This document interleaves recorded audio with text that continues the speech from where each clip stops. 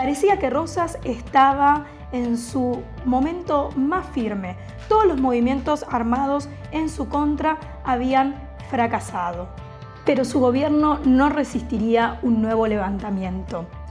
3 de febrero de 1852 derrotó a Rosas en la batalla de Caseros. Rosas huyó, se exilió en Southampton, Inglaterra, y murió allí en 1877 a los 84 años.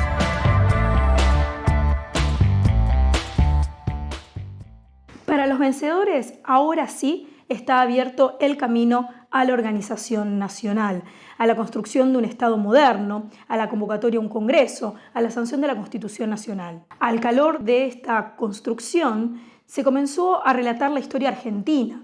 ¿Qué era la Argentina? ¿Cómo había nacido? ¿Quiénes habían participado de este nacimiento? Y en este relato, la figura de Rosas apareció de forma completamente negativa. Rosas significaba lo que había que superar para lograr este Estado nacional moderno. Al mismo tiempo, este relato de la historia también tenía que legitimar lo que estaba sucediendo en ese momento. Y fue difundida a través de los canales institucionales, es decir, a través de los canales del Estado, a través de la educación, de los textos escolares.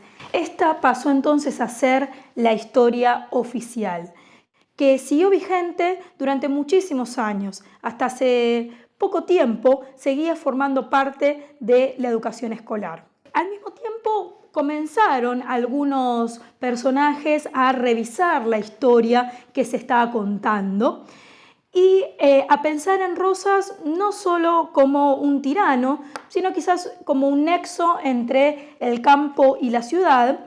Y hacia 1930 se conformó un grupo denominados revisionistas cuya función era revisar esta historia oficial y de alguna forma tratar de ofrecer una historia alternativa.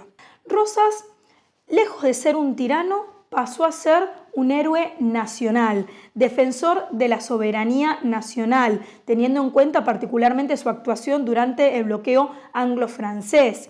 El ejemplo de esta soberanía fue la entrega del sable corvo por manos de San Martín. Y también era considerado un líder popular, defensor de los sectores populares, no en un sentido de demagogia, sino en un sentido de reconocimiento, de visibilización. Cuando todavía seguía existiendo esta grieta entre revisionistas y la historia oficial, surgió en la Argentina otra grieta, ahora alrededor de la figura de Juan Domingo Perón. ¿Qué tiene que ver Juan Domingo Perón con la figura de Rosas? Bueno, tanto opositores a Perón como adeptos a él comenzaron a ver algunas similitudes y empezaron a establecer una continuidad.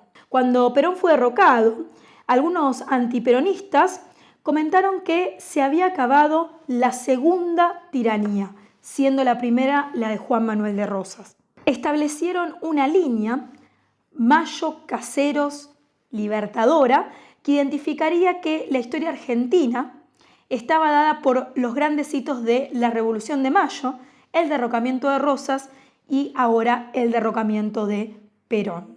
Perón no había tenido relación con los revisionistas, pero en el exilio se acercó a la figura de Rosas.